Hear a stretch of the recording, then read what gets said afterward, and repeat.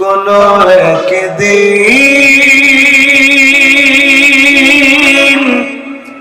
এ দেশের আকাশে কালিমার পতাকা দুলবে, সেদিন সবাই খোদাই বিধান পে দুঃখ বেদনা ভুলবে।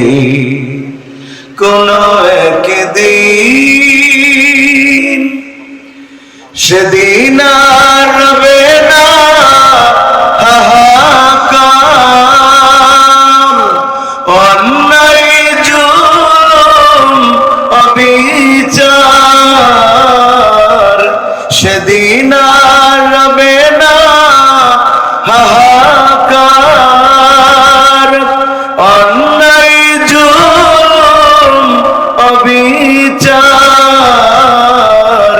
থাকবে না অনাচার দুর্নীতি কদাকার, সকলেই শান্তিতে থাকবে। সেদিন সবাই খোদাই বিধান পে দুঃখ বেদনা ভুলবে। কোন একদিন এ দেশের আকাশে কালিমার পতাকা দুলবে, সেদিন সবাই খোদাই বিধান পে দুঃখ বেদনা ভুলবে। এই কথা কার বিরুদ্ধে গেল পক্ষে গেল এটা চিন্তা না করে আলোচনায় আমার রব আমার আল্লাহ কতটুকু খুশি হলো। কথা কি ঠিক প্রিয় ভাইরা? তবে তাফসীর শুনতে একটু কষ্ট হয়, আর ওয়াজ শুনতে কষ্ট হয় না। কাহিনী অনেকটা ভিটামিনের মতো, খাইতেও মজা লাগে, শরীর স্বাস্থ্য সুন্দর দেখায়, কিন্তু রোগ সারে না। রোগ সারে অ্যান্টিবায়োটিকে। তাফসীর হলো অ্যান্টিবায়োটিকের মতো। বান্দার মধ্যে মুনাফিকের যেই রোগ আছে, বান্দার মধ্যে কুফরির যেই রোগ আছে, বান্দার মধ্যে বিদআতের যেই রোগ আছে, বান্দার মধ্যে ইসলাম আলেম উলামার বিরোধিতার যেই রোগ আছে, যদি এই রোগকে দূর করতে হয় তাহলে তাফসীর নামক অ্যান্টিবায়োটিকের কোনো বিকল্প নাই। আর আমার আল্লাহ তো নিজেই ১,৫০০ বছর আগে বক্তারা কিভাবে কথা বলবে তার রুলস রেজুলেশন আল্লাহ করে দিয়েছেন। এখন তো কমিটি আমাদেরকে শিখায় দেয় কি বলবেন কি বলবেন না, কিন্তু ১,৫০০ বছর আগে আমার আল্লাহ সব বক্তাদেরকে শিখিয়ে দিয়েছেন কিভাবে কথা বলবা। আমার আল্লাহ বলেন ফাযাক্কির বিল কুরআন, বান্দা যদি আলোচনা করতেই হয় আমার কোরআন দিয়ে আলোচনা করবা। কেন আল্লাহর কোরআন দিয়ে আলোচনা করবা? আয়াতের রেফারেন্সে আল্লাহর হাবিব বলেন মান ক্বালা বিহি সাদাকা। কারণ এই পৃথিবীতে যত মানুষ যত কথা বলুক না কেন, কোনো কথা পুরোপুরি সত্য হয় না। তবে কোরআন দিয়ে যারা কথা বলে ১০০ তারা সত্য কথা বলে। এই দুনিয়াতে বর্তমান প্রায় ৮০০ কোটি মানুষ। কত কোটি? কিছু মানুষ কথা বলতে জানে না, আবার বেনাপোলের ভাষায় তাদেরকে বলে বোবা। আপনারা কি বলেন? কথা বলো না কেন? আপনারা তো আর বোবা না, তাইলে বলেন তাদের কি বলে? বোবা। বোবা মানুষরা কথা বলতে জানে না, আমরা আফসোস করি, কিন্তু তারা বেঁচে যেতে পারে খালি কথা কারণে। যেই গুনাহ থেকে তারা মুক্ত, তারা বেঁচে যেতে পারে। আর আমরা সবচেয়ে বেশি বর্তমান সময়ে গুনাহ করি কথা দিয়ে। কথা বলছেন না কেন? আল্লাহর হাবিব বলছেন কিয়ামতের আগে অধিকাংশ মানুষ সকালে থাকবে ইমানদার, বিকালে বেঈমান, বিকালে ইমানদার, রাতে বেঈমান।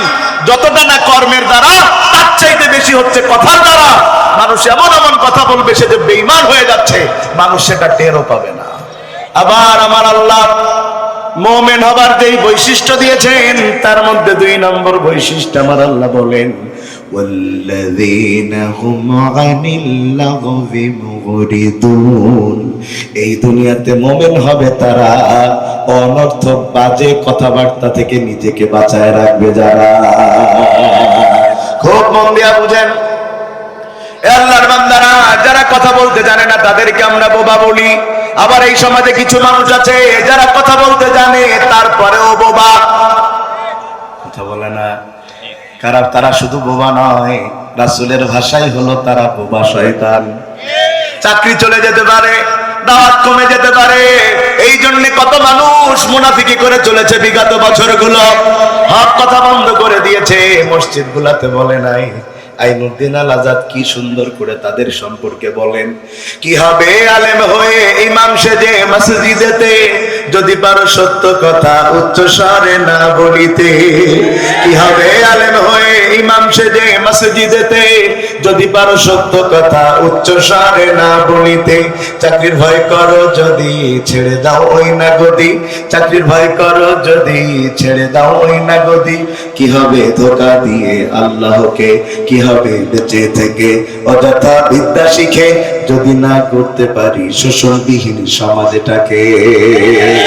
আল্লাহর হাবিব বলেন, যে কোন দেশের যে ভাষার লোক হোক না কেন, সবাই কি এক ভাষায় কথা বলে নাকি? কেউ বাংলা, কেউ ইংরেজি, কেউ আরবি, কেউ হিন্দি, কেউ উর্দু, কেউ ফার্সি, কেউ মালয়, কেউ চাইনিজে কথা বলে। আল্লাহর হাবিব বলছেন, এই হাজারো কোটি মানুষের মধ্যে তারাই কেবল সত্য কথা বলে যারা আল্লাহর কোরআন দিয়া কথা বলে। এরপরে আল্লাহর হাবিব কথা এখানে শেষ করলেন না। 2 নাম্বার আল্লাহর হাবিব বলেন, আমান হাকামা বিহি আদালা, কোরআন দিয়ে কথা বললে যেমন সত্য কথা হয়, ও আল্লাহর বান্দারা, কোরআন দিয়ে কথা বললে কি কথা হয়? আল্লাহর হাবিব বলছেন, কোরআন দিয়ে কথা বললে যেমন সত্য কথা হয়, ওই কোরআন দিয়ে বিচার করলেই কেবল ন্যায় বিচার হয়। আল্লাহর কসম করে কোরআন হাতে নিয়ে বলছি, ও নতুন হাটবাসী, এই সমাজে যারা কোরআন দিয়ে বিচার করে না, ওরা সব জাহান্নামে যাওয়া লাগবে। ঠিক না? নামাজ যেমন ফরজ, রোজা যেমন ফরজ, হজ করা যেমন ফরজ, আবার আল্লাহ বলছেন ইন্নাল্লাহা ইয়া'মুরু বিল আদলি ওয়াল ইহসান, একইভাবে ন্যায় বিচার করা যেমন ফরজ। যারা ন্যায় বিচার না করে অন্যায় বিচার করেছে, জালিমকে মাজলুম বানিয়েছে, মাজলুমকে জালিম বানিয়েছে, অন্যায়ভাবে আলেমদের হাতে হাত তুলে ধরিয়েছে, আল্লাহর কসম করে বলছি, আল্লাহর জান্নাতের সুগ্রাণ কশ্চিনকালে ওরা পাবে না, কশ্চিনকালে ওরা পাবে না। ওমান হাকামা বিহি আদালা, এই দুনিয়াতে কেবলমাত্র এই আওয়াজটাই যে এর মতো টানে, ক্লিয়ার হচ্ছে না এখান থেকে, তারাই কেবল ন্যায় বিচার করে যারা কোরআন দিয়ে বিচার করে। সুবহানাল্লাহ। আপনারা কি আওয়াজ বুঝতে পারতেছেন? তো ঠিকঠাক আসতে বলছেন কেন? কোরআনের বিচার কথা বলে না, কোরআনের বিচার। মাশাআল্লাহ। আমরা সেই কোরআনের আলোকে একটা বিষয়ের উপরে কিছু কথা বলবো। রাজি আছেন সবাই শুনতে ইনশাআল্লাহ? আমার অন্যদিন গতানুগতিক যেই গরম ভাবটা দেখেন আপনারা খুশি হন, আজকে আর কিছুই পাবেন না, একটু নরমাজ করে আমি আজকে এখান থেকে বিদায় নিতে হবে আর কি। প্রিয় ভাইরা, আজকে আমরা কথা বলার নিয়ত করেছি যে এই বিষয়ের উপরে। আমি বিষয়টা 2 বার বলবো, তারপরে আপনাদেরকে বলতে হবে বিষয়টা কি। আজকে আলোচনার বিষয় হচ্ছে ভালো মৃত্যু লাভের উপায়। আমি আরো একবার বলছি, আজকের আলোচনার বিষয় হচ্ছে ভালো মৃত্যু লাভের উপায়। যদি আপনারা আমার ভাষা বুঝে থাকেন বলেন আলোচনার বিষয় কি? পিছনের ভাইরা কি জেতা আছেন না মরি গেছেন? আছেন আছেন, বলেন ভালো মৃত্যু লাভের উপায় কি? আর আলোচনার বিষয় কি? ভালো মৃত্যু লাভের উপায়। মৃত্যু ভালো হোক খারাপ হোক, জীবনেও মরবেন না কারা কারা? একটু হাত তুলে দেখান। চাচা বোঝে নাই রে, মরা লাগবে, মরা লাগবে। আপনি গাছতলায় থাকেন আর 5 তলায় থাকেন, ক্ষমতায় থাকেন আর বিরোধী দলে থাকেন, মরা। পৃথিবীর কোন শক্তি আপনাকে বাঁচিয়ে রাখতে পারবে? যদি কারোর বিদায় ঘন্টা বেজে যায়, 1 মিনিট এদিকেও যাবে না, 1 মিনিট ওদিকেও যাবে না। আমার আল্লাহ ঠিক এইভাবে কোরআনের মধ্যে বলেন, ইযা জাআজালুহুম লা ইস্তাখিরুনা সাআতান ওয়া লা ইস্তাকদিমুন। মৃত্যু যদি কারোর চলে আসে, তাকে বাঁচাবার মতো কোনো ক্ষমতা পৃথিবীর কারো। এলাকার বড় নেতা, মৃত্যুর বড় ভয়, তাকে যেন কেউ মেরে ফেলতে না পারে, সেই জন্য বডিগার্ড ডেকেছে 40 জন। বলেন কতজন? সেই মানুষটাও একদিন মারা যেয়ে চারদিকে দিয়ে চিৎপটাং হয়ে পড়ে আছে। বড় খারাপ মানুষ ছিল, তার মৃত্যুতে দুষ্টু পোলা পাইনে পোস্ট দিয়েছে, একটা উইকেটের পতন হইছে। কথা কয় না কা? কিছু মানুষ মারা গেলে মানুষ খুশি হয়, ইন্নালিল্লাহর বদলে আলহামদুলিল্লাহ বলে। লোকটা মারা গিয়েছে, 40 জন বডিগার্ড পাশ দিয়ে দাঁড়িয়ে আছে। ওই লোকটার আত্মীয় স্বজনরা বলল, তোদের মতো বডিগার্ড থাকতে বল্টু মরল কেমনে? ওরা বলল, আমরা তো বডিগার্ড ছিলাম, বডি তো ঠিকই আছে, একটা লোক পর্যন্ত পড়তে দেই নাই, কিন্তু রুহের তো কোনো গার্ড হয় না। যার রুহ সে নিয়ে গেছে, আল্লাহর কসম আমরা টেরও পাই নাই। তার মানে বোঝা গেল বডির গার্ড হয়, রুহের কোনো গার্ড হয় না। সুতরাং সুম্মা ইলাইনা তুরজাউন, মানুষকে আল্লাহর কাছে ফিরে যাওয়াই, জোরে বলেন, আল্লাহর কাছে ফিরে যাওয়াই লাগবে। সে যদি লোহার কোন ঘরের মধ্যে নিজেকে আবদ্ধ করে ফেলে, গ্লাসের কোন ঘরে নিজেকে আবদ্ধ করে ফেলে, সেখানে মনে হয় আজরাইল মালাকাল মাউত ঢুকতে পারবে না।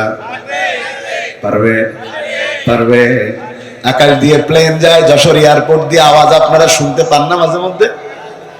আকাশ দিয়ে প্লেন যায়, ওই প্লেনে উঠে যদি নতুন হাটের কোনো মানুষ মনে করে আকাশের ঠান্ডা বাতাস কেমন লাগে, এই বাতাসটা খাওয়ার জন্য একটু জানালা খুলে দেই, খুলতে দেবে? কথা কয় না, খুলতে দেবে? খুলতে তো দিবেই না। যদি কিনা খুলতে যায়, ওকে ধরে টুস করে ফেল দেবে। কথা বলছেন না কেন? টুস করে ফেলে দিবে। বন্ধুগণ আমার, কারণ প্লেন তো বেনাপোল যশোরের লোকাল বাস নয় যে জানালা খুলে বাতাস খাবেন, এটা তো কোনো লোকাল বাস নয়। আল্লাহর বান্দারা খুব মন দিয়া বুঝেন, খুব মন দিয়া বুঝেন। তাইলে আমরা নিশ্চিত হলাম প্লেনের মধ্যে কোনো বাতাস ঢুকে, যদি প্লেনের মধ্যে কোনো বাতাস ঢুকতো তাহলে প্লেনটা ক্র্যাশ হয়ে যেত। নিশ্চিত হলাম প্লেনে বাতাস ঢুকে না। ওই প্লেনের মধ্যে কোটি কোটি কোটি কোটি টাকার মালিক, শত কোটি টাকার মালিক আব্দুল আজিজ সাহেব বিজনেস ক্লাসে উঠে বসলেন, এক গ্লাস লেমন জুস পান করলেন। কিছুক্ষণ পরে লোকটার কোনো নড়াচড়া নাই। মানুষেরা যায়া তার দিকে তাকায় বলল, ঘুমাচ্ছে নাকি মারা গেছে? মানুষেরা কয় শরীরের কোনো স্পন্দন নাই, মনে হয় মারা গিয়েছে। নাকের কাছে আঙ্গুল নিয়ে দেখা গেল মারা গিয়েছে। ও নতুন হাটবাসী, আপনাদের কাছে আমার প্রশ্ন, যে প্লেনের মধ্যে সামান্য বাতাস ঢুকতে পারে না, ওই প্লেনের মধ্যে পৃথিবীর চাইতে দেহের দিক দিয়া বড় মালাকাল মউত ঢুকলো কেমনে? তার মানে বোঝা যায় মানুষ যেখানেই থাক তারে মরা। পৃথিবীতে কেউ স্থায়ী হয় না, হোক না সে ফেরাউন কি বানাম্র, কেউ ভাবে চিরকাল রয় না। ফেরাউন শেষ তক ছিল না, মৃত্যুটা কেউ ছেড়ে দিল না, হোক না সে মহারাজা আর মহাবীর, কাউকে সে অবকাশ দেয় না। ঠিক না? ঠিক। তবে আমরা মানুষ বড় কঠিন। যদি কোনো মানুষ জানে নিশ্চিত কাল তার মরা লাগবে, আর যদি আজ রাতে 10 লাখ টাকা ছেড়ে দেওয়ার সুযোগ থাকে, ও বলবে আগে ছেড়ে দেবো তারপর মরবো। আপনারা ঠিকঠাক বলছেন, আমার অসুবিধা আপনারা বুঝতেছেন না। কথা কি ঠিক? যদি কেউ নিশ্চিত জানে যে আগামীকাল তার মরা লাগবে, আর আজকে রাতে যদি 10 লাখ টাকা মেরে দেওয়ার চান্স পায়, ও টাকা মারবে না। ও চিন্তা করবে আমি ভোগ করতে পারি আর না পারি, আমার ছেলে মেয়ে তো খাইতে পারবে। কথা ঠিক না? ঠিক। এদের সম্পর্কে চমৎকার বলছে, আর মানুষ দুনিয়ার পিছে কি জবাব দিবি রে তুই আল্লাহর কাছে? রাতে দিনে দৌড়া দৌড়ি, বিশ্রামের সুযোগটা নাই, নামাজ রোজা দূরের কথা, আল্লাহর নামটাও মুখে নাই। হালাল হারাম না মানিয়া করছো টাকা কামাই, এত টাকা রাখবা কোথায়, কাফনের তো পকেট নাই। টাকা পয়সা লইয়া কি কেউ কবরে গেছে? টাকা পয়সা লইয়া কি কেউ কবরে গেছে? কি জবাব দিবি রে তুই আল্লাহর কাছে? আরে মানুষ বেহুশ দুনিয়ার পিছে, কি জবাব দিবি রে তুই আল্লাহর কাছে? ঠিক না ঠিক? তাইলে আমরা আবারও নিশ্চিত হলাম আমাদের মরা, যেহেতু মরা লাগবে, তাহলে ভালো মরণ চাই না খারাপ মরণ চাই? আওয়াজ হয় নাই, হাত তুলে বলেন কি মরণ চাই? আরো জোরে বলেন কি মরণ চাই? এই সমাজে কিছু মানুষ ভালো মরণ পেয়ে মরে যায়। ওরা যখন ভালো মৃত্যু পেয়ে মারা যায়, মানুষ তাদের জন্য কাঁদতে থাকে, মানুষ তাদের জন্য তাহাজ্জুদ পড়ে দোয়া করে, মানুষ তাদের জন্য রোজা রাখে, মানুষ তাদের জানাজায় যাওয়ার জন্য জেল খাটতে রাজি, কিন্তু জানাজা ছাড়তে রাজি না, যেমন আল্লামা সাঈদী। কথা ঠিক না ঠিক? এত বিপদ জানার পরেও মানুষ জানাজায় গিয়েছে, কারণ ছিল আল্লামা সাঈদী ভালো ছিল। আবার এই সমাজে কিছু, এটাকে আবার রাজনীতি মনে হলো কারণ? যদি এই কথা কারণ রাজনীতি মনে হয়, তো আপনার বিবেকে কুত্তায় প্রস্রাব করে দিয়েছে। শুনে নেন এ ভাই, শুনেন। আবার এই সমাজে কিছু মানুষ আছে কুত্তার চাইতে খারাপ। মানুষ কুত্তা মারা গেলে কষ্ট পায়, এই কুত্তামুখী মানুষগুলো মারা গেলে কষ্ট পায় না। দেখতে মনে হয় দুই পায়ের মানুষ, কিন্তু চরিত্র চার পায়ে জানোয়ারের চাইতে খারাপ। আমার আল্লাহ বলেন, লাকাদ জারা'না লি জাহান্নামা কাসীরাম মিনাল জিন্নি ওয়াল ইনস লাহুম কুলুবুন লা ইয়াফকাহুনা বিহা ওয়া লাহুম আ'য়ুনুন লা ইউবসিরুনা বিহা ওয়া লাহুম আযানুন লা ইয়াসমাউনা বিহা উলাইকা কাল আনআম বাল হুম আদাল। এই সমাজে কিছু মানুষ আছে, ওদের চোখ আছে দেখে না, অন্তর আছে উপলব্ধি করে না, তার মানে ওরা কানা না। ওদের যে দিল কলিজা নাই তা না, ওদের দিল কলিজাও আছে, ওদের চোখও আছে, ওদের কানও আছে, কিন্তু এইগুলো দলের কাছে, নেতার কাছে বন্ধক রয়েছে। এরা হককে হক বলার সাহস পায় না, মিথ্যারে মিথ্যা বলার সাহস পায় না, কারণ এরা আল্লাহর কাছে বিক্রি না হয়ে দুনিয়ার গাঞ্জা খোরার মদ খোর নেতার কাছে বিক্রি হয়েছে। আল্লাহ বলেন, উলাইকা কাল আনআম, ওরা চার পেয়ে জানোয়ার। কথা কয় না কেন? বালহুমাদাল, বরং কিছু কিছু মানুষ কুত্তার চাইতে খারাপ। যদি ওরে কুত্তা বলা হয়, তাইলে আসল কুত্তারে অপমান করা হবে। তাইলে আবার আওয়াজ দিয়ে বলেন, ভালো মরণ চাই না খারাপ মরণ চাই? এই আল্লাহর বান্দারা, এই দুনিয়াতে সবচাইতে সেরা মানুষ, যার চাইতে সেরা মানুষ আর কখনো হবে না। তিনি পৃথিবী থেকে যত মানুষ দুনিয়াতে এখন পর্যন্ত এসেছে, শুরু থেকে যত মানুষ আসবে, সব মানুষের মধ্যে সেরা মানুষ তিনি হচ্ছেন মুহাম্মাদুর রাসূলুল্লাহ সাল্লাল্লাহু আলাইহি ওয়াসাল্লাম। জোরে কন্না সুবহানাল্লাহ। যার সম্পর্কে হযরত আয়েশা বলছেন, আমি তার রাজুলুন গুফিরা লাহু মিন জামবিহি তাকাদ্দামা ওয়া তাআখার। ও নবী, আপনি তো সেই ব্যক্তি যার আগেও কোনো গুনাহ নাই, পরেও কোনো গুনাহ করার সুযোগ। আপনি হলেন মাসুম, আপনার চাইতে ভালো মানুষ আর কেউ নাই। এই নবী শুধু জান্নাতে যাবে তাই না, আপনাকে আমাকে আল্লাহর অর্ডারে সুপারিশ করে জান্নাতে নিয়ে যাবে। সেই নবী পর্যন্ত প্রতিদিন সকাল সন্ধ্যা দোয়া করতেন, আল্লাহুম্মা ইন্নী আসআলুকা হুসনাল খাতিমা, আল্লাহুম্মা ইন্নী আসআলুকা হুসনাল খাতিমা। ও আল্লাহ, তুমি আমারে ভালো মরণ দাও, ও আল্লাহ তুমি আমারে ভালো মরণ দাও। তাইলে নবী, বিশ্ব নবী যিনি মাসুম, তিনি যদি ভালো মরণ চাই, ও যশোরবাসী, তোমার আমার ভালো মরণের দরকার আছে না না? তাইলে আবার আওয়াজ দিয়ে বলেন, ভালো মরণ চাই কি চাই না? এবার ভালো মরণ লাভের উপায় পাঁচটা। জোরে বলেন কয়টা? আওয়াজ হয় নাই? আকাশের দিকে পাঁচটা আঙ্গুল তুলে নাড়া মারেন, বলেন ভালো মৃত্যু লাভের উপায় কয়টা? আরো জোরে। জোর হলো না? আজকে আমরা এই পাঁচটা শুনবো, যে ভালো মৃত্যু লাভের উপায় পাঁচটা। কিছু সময় দিবেন তো ইনশাআল্লাহ শোনার জন্য। এবার বলেন এক নাম্বার, বলেন বলেন বলেন বলেন বলেন ভালো মৃত্যু লাভের উপায় এক নাম্বার। কয় নাম্বার? وعن معاذ بن جبل رضي الله تعالى عنه قال قال رسول الله صلى الله عليه وسلم من كان آخر كلامه لا إله إلا الله دخل الجنة আমি প্রতিটা কথা দলিল দিয়ে বলছি, কথা কি বোঝা যাচ্ছে তো? ইনশাল্লাহ আমাদের কথা দলিলের ভিত্তিতে হওয়াই উচিত। আল্লাহ রাসূলের জলিল কদর সাহাবী নাম তার মুআয ইবনে জাবাল। তিনি বলেন, আল্লাহর হাবিব বলেছেন, যদি কোনো মানুষ মৃত্যুর সময় একটাবার বলতে পারে লা ইলাহা ইল্লাল্লাহ, ওই মানুষটা ভালো মরণ পেয়ে আমার আল্লাহর জান্নাতে চলে যাবে।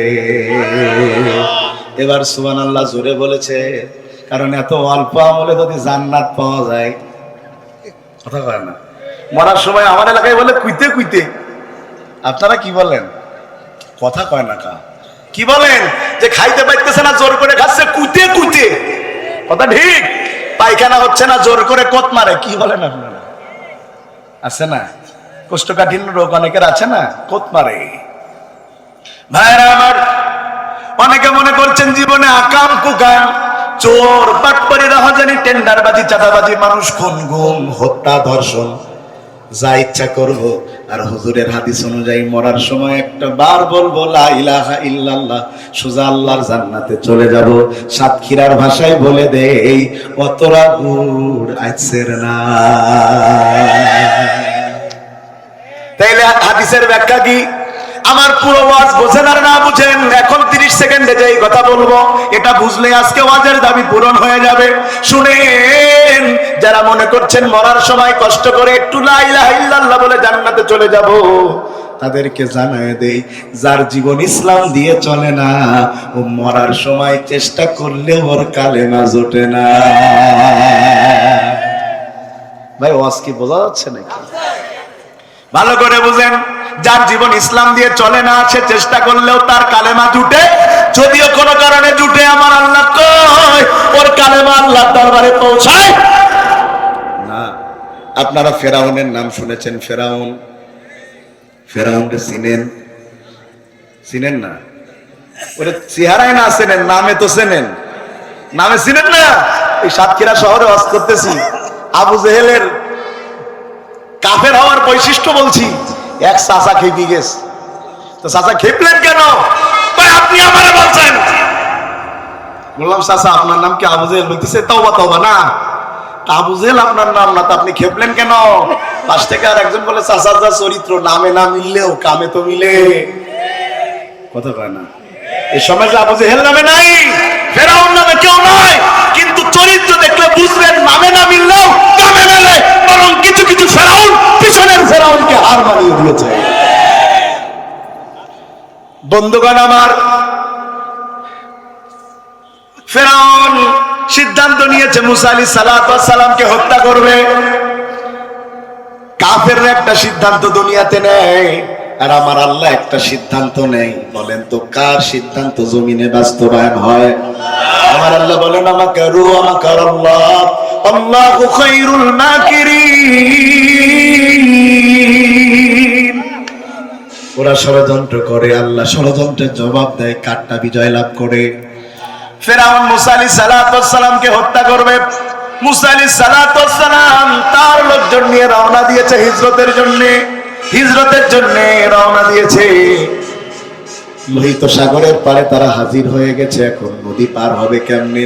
এদিকে তারা জানতে পেরেছে ফেরাউন তাদেরকে ধরার জন্য পিছনে ধাওয়া শুরু করেছে। মুসা আলাইহিস সালামের বংশের লোকেরা বড় অধৈর্য ছিল, আমাদের মতো। আমাদের একটু কিছু হলি বলে মাথায় কাজ করে না। যদি পরপর দুবার জ্বর হয় তো বলে আল্লাহ খালি আমারই চোখই দেখে। কথা কয় না কা? যদি কোনো বছর একটু বৃষ্টি বেশি হয় বলবে আল্লাহ তো আর কোনো কাম নাই। বলে না? বলে, অনেক মুসলমান বলে। অধৈর্য এদেশের মানুষ জুলুম সহ্য করে বছরের পর বছর। কথা কয় না? আর মাজলুমদের দিন আসলে কয় ভালো নাই, আগেই ভালো ছিলাম। কি বলেন আপনারা? ঠিক আছে ভাইরা আমার, খুব মন দিয়া শুনেন। মুসা নবীর গোষ্ঠীর লোকের সাথে আমাদের বড় মিল। আমরাও সামনে আগাই দিয়া পিছন দিয়া দৌড় মারি। কথা কয় না? সামনে আগাই দিয়া পিছন দিয়া দৌড় মারি। নেতা তুমি আগিয়ে চলো, আমরা পেছন দিয়ে দৌড় মারলাম বিপদে পড়লে। বন্ধুগণ খুব মন দিয়া বুঝেন। মুসা আলাইহিস সালামের লোকেরা বলল, মুসা তুমি তো আমাদের ডেকে এনে বিপদে ফেললে, আগে আমরা ফেরাউনের গোলামি করতাম, তাও তো আমাদের মরা লাগে নাই, এখন তো আমাদের মরা লাগবে। কিন্তু মূর্খ উম্মতেরা বোঝে নাই, গোলামির মরণের চাইতে শহীদি মরণের দাম অনেক বেশি। বোঝা দরকার। 100 বছর বিড়ালের মতো বেঁচে থাকার মধ্যে কোনো লাভ নাই, সিংহের মতো 1 ঘন্টা বাঁচতে চাই। কথা ঠিক। আমরা গোলামি চাই না, আমরা আজাদি চাই। আর এই বাংলাদেশের মানুষদের কখনো গোলাম বানিয়ে রাখা যায় না। 71-এ প্রমাণ দিয়েছে, 52-তে প্রমাণ দিয়েছে, বারবার প্রমাণ দিয়েছে আমরা জীবন দিতে রাজি, গোলামি করতে রাজি নই। আজকে পার্শ্ববর্তী দেশ যে অ্যাকশন নিচ্ছে এই দেশকে দখল করে গোলাম বানাবে।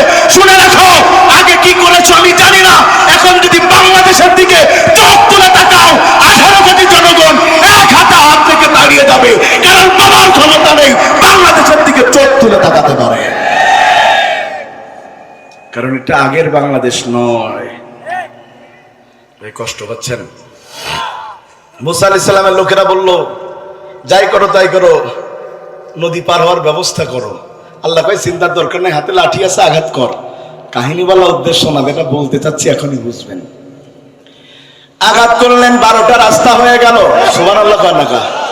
কয়টা রাস্তা হলো?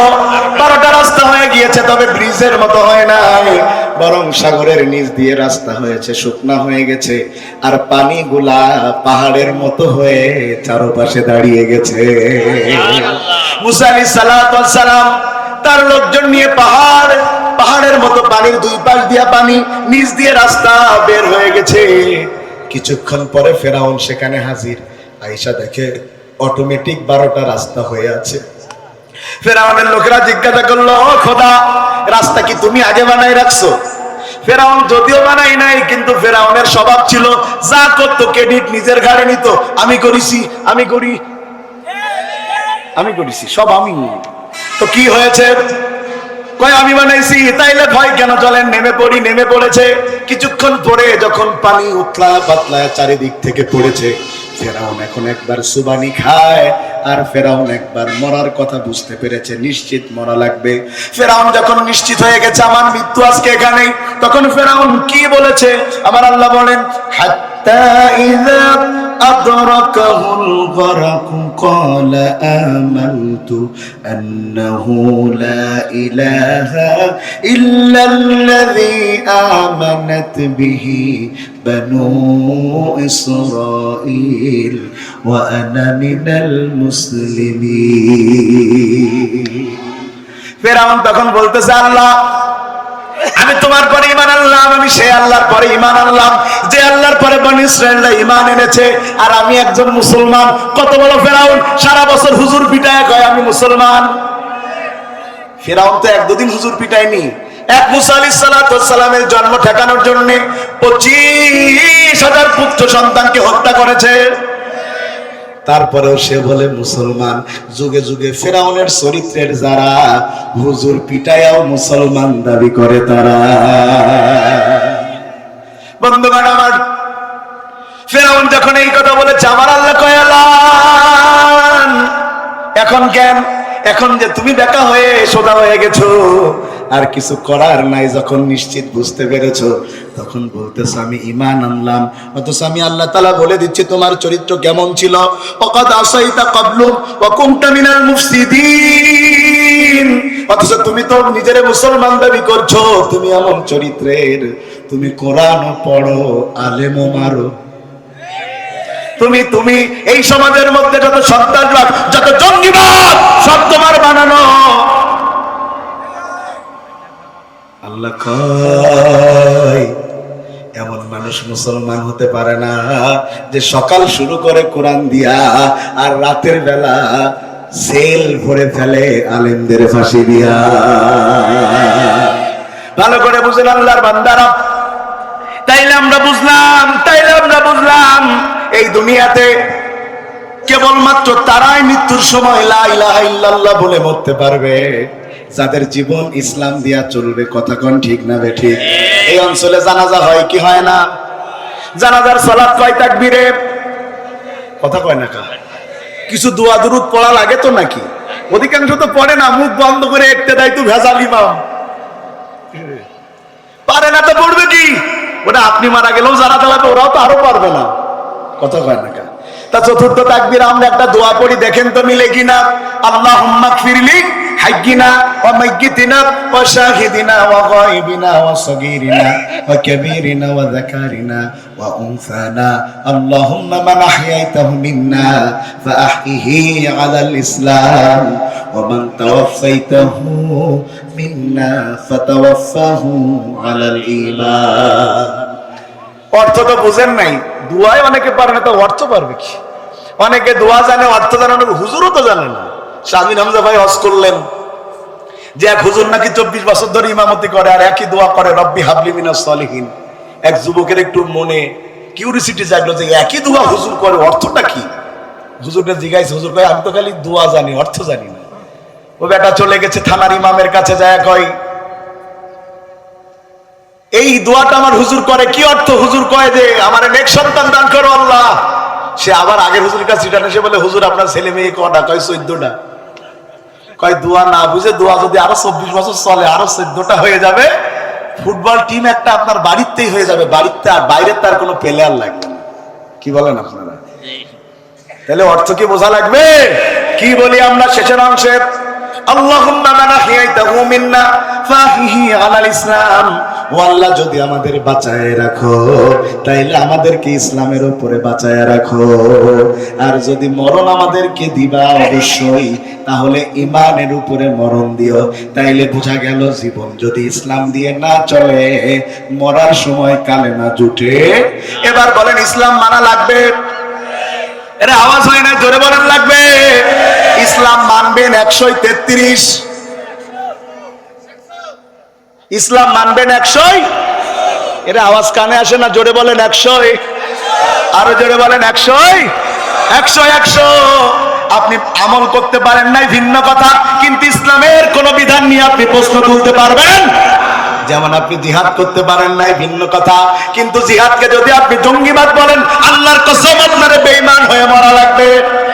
আপনি দাড়ি রাখতে পারেন নাই ভিন্ন কথা, কিন্তু দাড়িওয়ালাদের যদি জঙ্গি মনে করেন, 5 ওয়াক্ত নামাজ পড়লে আপনার বেঈমান হয়ে মরা লাগবে। ধরে নেন এটা একটা নাস্তার প্লেট। কি এর প্লেট? কথা কন না কা? সত্যি সত্যি না আবার যেন কইেন না যে হুজুর মিথ্যে কথা কয়। আমাদের হুজুরদের এখন খুব বিপদ, ওয়াজ করা আরো বিপদ। কত হিসাব করে ওয়াজ করতে হয় আমাদের। হুজুর ওয়াজ করতে গেছে, যায় ওয়াজ করতে করতে আলেমের মর্যাদা বলতে বলতে হুজুর বলে ফেলেছে, যদি কোন এলাকার কবরস্থানে একটা আলেম দাফন হয় তাইলে তাদের কবরের আযাব মাফ। ওয়াজ শেষে সবাই হুজুরের বেঁধে রেখেছে। হুজুর বলছে আমার বেঁধে রাখলেন কেন? বলছে হুজুর আপনি যেই ফজিলতের ওয়াজ করেছেন, যদি কোনো কবরস্থানে একটা আলেমের মাটি দেয়া যায় সবার গুনাহ মাফ। এখন আমাদের গ্রামে তো কোনো হুজুর নেই, আপনার মেরে কবর দেওয়ার সিদ্ধান্ত নিয়েছি। শুনতেছেন কথা? যাতে আমাদের গুনাহ মাফ হয়। এখন খালি বলেন ওয়াজ কি চিন্তা করে করা লাগবে। বন্ধুগণ আমার, ধরে নেন আমি আপনার বাড়ি মেহমান হয়ে গিয়েছি, আপনার ইচ্ছা আমি আলেম মানুষ, আমারে নাস্তা করাবেন। আপনার চিন্তা আমারে 100 প্রকার নাস্তা দিবেন। কত প্রকার?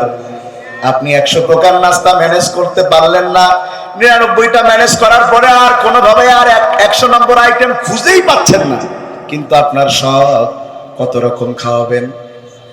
হঠাৎ করে দেখলেন আপনার 2 মাসের বাচ্চা, যারা আপনি বড় ভালোবাসেন, সেই বাচ্চা হঠাৎ করে পায়খানা করেছে।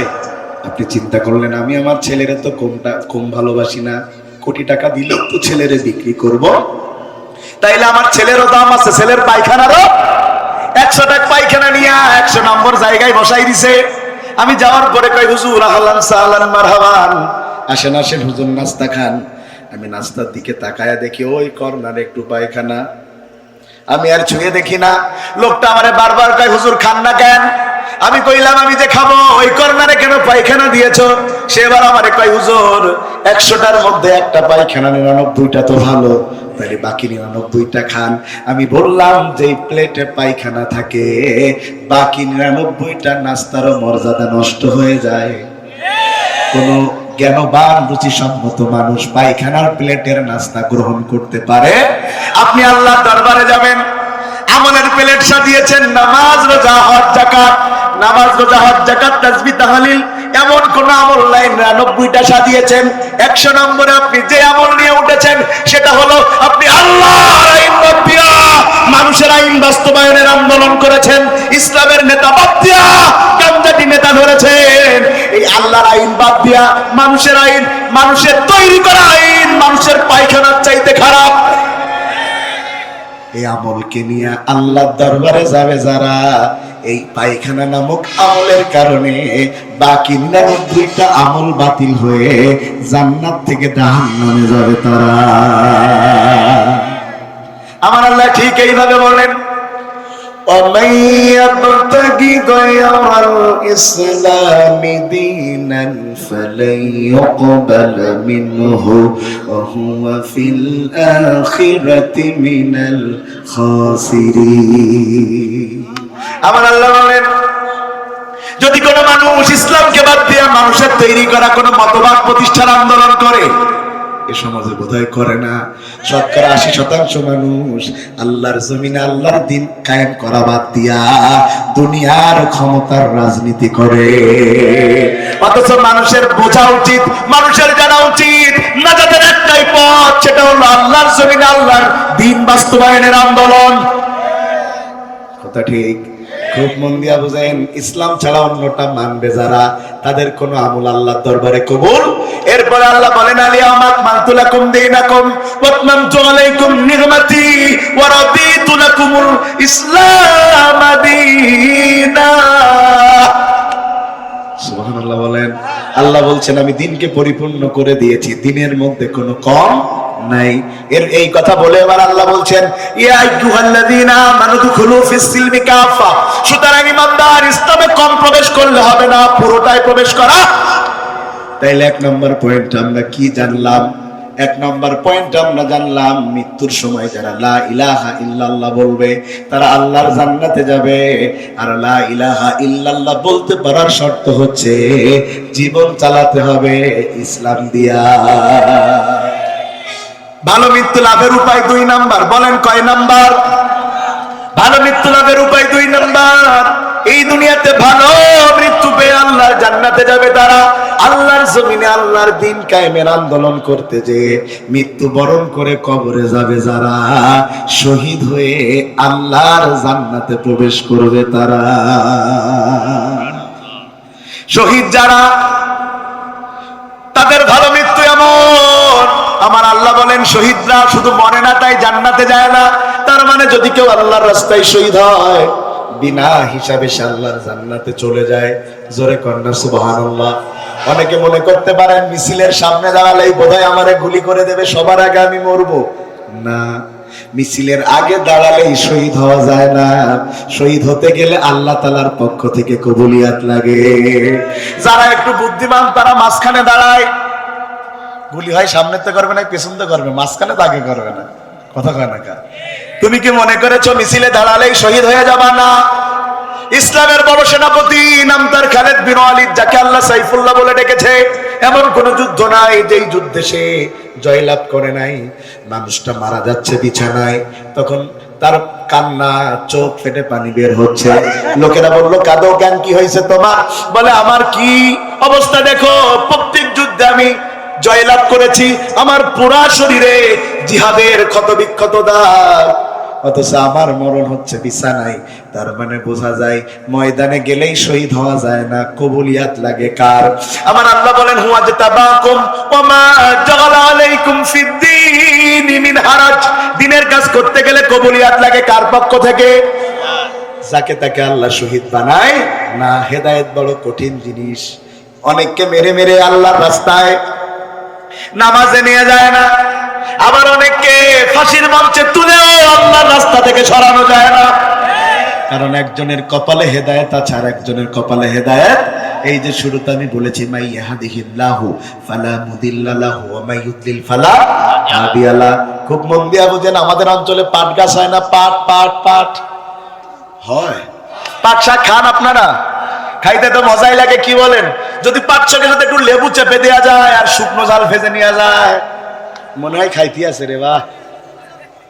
তবে পুরুষ মানুষ যত না পছন্দ করে, গর্ভবতী নারী তার চাইতে পছন্দ করে। কথা বলেন। গর্ভবতী নারী তার বাড়ির ছোট বাচ্চাটাকে পাঠিয়েছে, যাও একটু মাঠ থেকে আমার জন্য পাট শাক আনো। এখন বাচ্চা তো বুঝে না কেমন শাক রান্না করতে হয়। ও বাজার মাঠের মধ্যে যায় বড় বড় পাকা পাকা দেখে পাতা নিয়েছে। পাট শাক কি পাকা পাতা দিয়ে খায়? আরো যে সমস্ত বড় পাতা নিয়েছে পোকা লেগে ফুটো হয়ে গে, ফুটো ফুটো বুঝেন তো, ফুটো হয়ে গেছে। আমাদের দেশে দুইটা জিনিস বেশি ফুটো পাওয়া যায়, একটা পাতা আর একটা হলো টাকা। তো পাতা নাই, ফুটো করলো পোকায়, টাকা ফুটো করলো কারা? ওই ব্যানসন গোল্ডিপ খায় আর কথা কয় না, টাকা ফুটো হয়ে গেছে। এই টাকা এখন ভ্যানালা রিক্সাওয়ালা কেউ নেয় না, ওরা না পেরে সেই টাকা ফিসাবিলিল্লাহ বলে মসজিদ দান করে দেয়। ফুটো টাকা, ফুটো ফুটো। বছর শেষে এতটা ফুটো টাকা জমা হয়ে বলছে আল্লাহর, বলছে যে টাকা কেউ নেয় না হুজুররা নেয় আল্লাহ নাম। আল্লাহ।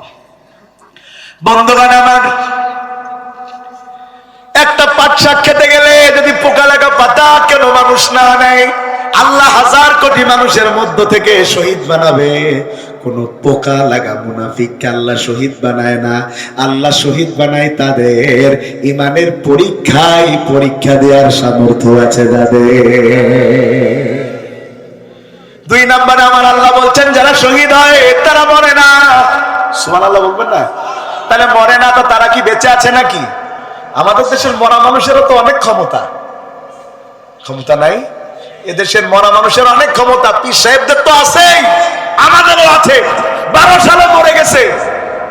22 সালের বোমা মামলার আসামি, 22 সালে বোমা মারার আসামি 12 সালে মরি গে, মানে কবরতে বোম মেরি। কথা ঠিক? পাস করতে গেছি বগুড়ায়, সে অনেক আগের কথা। আব্দুল বারি ভাই আমাকে দেখাচ্ছে পত্রিকার হেডলাইন, 40 জন মরা মানুষ 400 কেজি চাল কাঁচা খেয়ে ফেলে। 40 জন, কথা কয় না, 40 জন মরা মানুষ কি খেয়ে ফেলেছে? চাল। কি বিশ্বাস হয়? পরে ভিতরে ঢুকে দেখা গেল 40 জন মরা মানুষের নামে 400 কেজি চাল তুলে জীবন্ত মরারা খেয়ে ফেলি। সেদিন পত্রিকায় দেখলাম এই কদিন আগে, আরে মেম্বার ও বেঁচে আছে, তা ওর বোন নামে বিধবা ভাতার কার্ড করেছে। রাগ করতেছেন? এদেশে তো মরা মানুষ ভোটও দেয়, কত গানা থাকার খাওয়া যাবে না। ভাইয়ের আমার মন দিয়া বুঝেন, আল্লাহ বলছেন লা তাকুলু লিমান ইউকতালু ফি সাবিলিল্লাহি আমওয়াত বাল আহইয়াউ ওয়ালাকিন লা তাশউরুন। তো শহীদরা মরে না কেমনে? সাইয়েদ কুতুবকে শহীদ করা হয়েছে মিশরে, কিন্তু এখনো তার নাম স্বর্ণাক্ষরে লেখা আছে। ওহুদে শহীদ করা হয়েছে হামজাকে। কথা বলেন না কেন? তাদের নাম এমন ভাবে লেখা আছে, দুনিয়া যতদিন তাদের নাম ততদিন, তারা কখনো মরে না। এ দেশেও ইসলামের কারণে শহীদ করা হয়েছে যাদের, তাদের নাম লিপিবদ্ধ থাকবে যতদিন বাংলাদেশে সূর্য উঠবে। 4 নম্বরে এই শহীদ হওয়ার পয়েন্টের 4 নাম্বার, যারা শহীদ হয় আমার আল্লাহ বলেন, আর আল্লাহ রাসূল তার ব্যাখ্যা করে বলেন, যারা শহীদ হয় আল্লাহ রাস্তায়, তোমরা তো দেখো কত কষ্ট দিয়ে তাদের মারা হয়েছে, কিন্তু আমি রাসূল বলছি তাদেরকে যখন হত্যা করা হয়, শহীদ করা হয়, পিঁপড়া কাটার যন্ত্রণাও তারা পায় না। সুবহানাল্লাহ। পিঁপড়া কাটার যন্ত্রণাও তারা পায় না। পিঁপড়া কাটার যন্ত্রণা তারা পায় না কেমনে? ব্যাখ্যা একটু লম্বা বলবো, একটু লম্বা ব্যাখ্যা। আমার সময় তো 10টা পর্যন্ত, সময় কমে আসতেছে। নারায়ে তাকবীর বলে দেবে, এখনো 3টে বাকি, ওই 3টে বলতে তো 1 ঘন্টা লাগবে। 3 নাম্বারটা শুনে নেন, 2 নাম্বারটা আগে শুনেন। 2 নম্বরের 4 নাম্বার স্টার পয়েন্ট হচ্ছে, যারা আল্লাহর রাস্তায় শহীদ হয়, আপনি দেখছেন তাদের নাক দিয়ে রক্ত বের হয়েছে, আপনি দেখছেন তাদের মৃত্যু নিশ্চিত করার জন্য রক কেটে দিয়েছে, আপনি কান্নাকাটি করছেন, কিন্তু আপনি জানেন না তাকে যখন এইভাবে রশিতে ঝোলানো হয়েছে, আমার আল্লাহ পিঁপড়া কাটার যন্ত্রণাও তাদের দেয় না। দলিল নেন, রোম সম্রাট কার্জিয়াসের বাহিনীর সাথে মুসলমানদের যুদ্ধ শুরু হয়েছে। যুদ্ধ, সেই যুদ্ধে মুসলমানদের সংখ্যা 3000, কাফেরদের সংখ্যা 1 লক্ষ। যুদ্ধ শুরু হয়েছে, 10 দিন চলে যায়, কিন্তু মুসলমানদেরকে কেউ যুদ্ধে হারাতে পারে না। বাচ্চা বলল, কি হয়েছে, কেন হারাতে পারে না? যাও যাও যাও, একটু গোয়েন্দারা যে খোঁজ খবর নিয়ে আসো, তারা কোন পদ্ধতিতে যুদ্ধ করে। গোয়েন্দারা কয়েকদিন থেকে রিপোর্ট এনে দিয়েছে, বাচ্চা তারা যেই পদ্ধতিতে যুদ্ধ করে, কিয়ামত পর্যন্ত যুদ্ধ করলেও তাদের হারানো যাবে না। সুবহানাল্লাহ। কয় কেন কেন কেন? কয় ওরা সারাটা দিন ক্ষুধা পেটে যুদ্ধ করে, আর সারা রাত যায় নামাজে তাদের আল্লাহর জন্য সিজদা দেয়। ওরা যখন যায় নামাজে সিজদা দেয়, আমার আল্লাহর রহমতে তাদের শরীরে আগের দিনের চাইতে বেশি শক্তি এসে ভর করে, তাদের পেটের ক্ষুধা চলে যায়। পরের দিন তারা যুদ্ধ করে, তাদের ইমানি শক্তি এমন, তারা অস্ত্রের জোরে যুদ্ধ করে না, তারা যুদ্ধ করে মূলত ইমানের জোরে। কথা কোন ঠিক না বেঠিক? তারা যুদ্ধ করে কিসের জোরে? এই জন্য তো হাজার অত্যাচারের পরেও, হাজার নির্যাতনের পরেও ইসলামী আন্দোলনের নেতা কর্মীদেরকে ঠেকানো যায় নাই, বরং যত পাপ দিয়েছে তত পাপ ভেঙে জোয়ারের সৃষ্টি হয়েছে। শুনেন, আপনি ইসলামে যত বাদ দিবেন, বাদ দিতে পারবেন, কিন্তু যেদিন এই বাদ ভেঙে যাবে, বাদ ভেঙে যাবার কারণে এত জোরে স্রোত হবে, যারা বাদ দিয়েছে তাদের 14 গোষ্ঠীরে ওড়ায়া ওপারে পাঠায় দেবে। খুব মন দিয়া বুঝেন, খুব মন দিয়া বুঝেন। কখনো ইসলামের রাস্তায় বাদ দিতে হয়? জোরে বলেন, ইসলামের রাস্তায় বাদ দেওয়া যায় না। সাময়িক ভাবে দেওয়া গেলেও আল্লাহ যখন বাদকে একবার খুলে দেয়, 14 গোষ্ঠীকে আল্লাহ নির্বংশ করে ছেড়ে দেয়। বন্ধুগণ আমার, বাদশা বলল ওদের ইমান এত বেশি। কয় হ্যাঁ, কয় ওদের একজনের ইমান পরীক্ষা করতে চাই। ধরে নিয়ে আসো, 15-20 জন যাও। ওই 15-20 জন ডাক দিয়ে বলছে, বাদশা যদি 15-20 জন যে ধরা লাগে তাহলে তুমি যাও। তুমি যাও? বাদশা বলছে আমি যাবো মানে? বলছে হ্যাঁ, 15-20 জন পাঠাবা ধরার জন্য ওদেরকে। যদি একজন দেখে নারায়ে তাকবীর বলে, একটাও বাড়ি হিতে পারবো না। সুবহানাল্লাহ। বলে তাইলে কয়জন গেলে একজনকে ধরে আনা যায়? কয় 10,000 দিলে হয় যাওয়া যায়।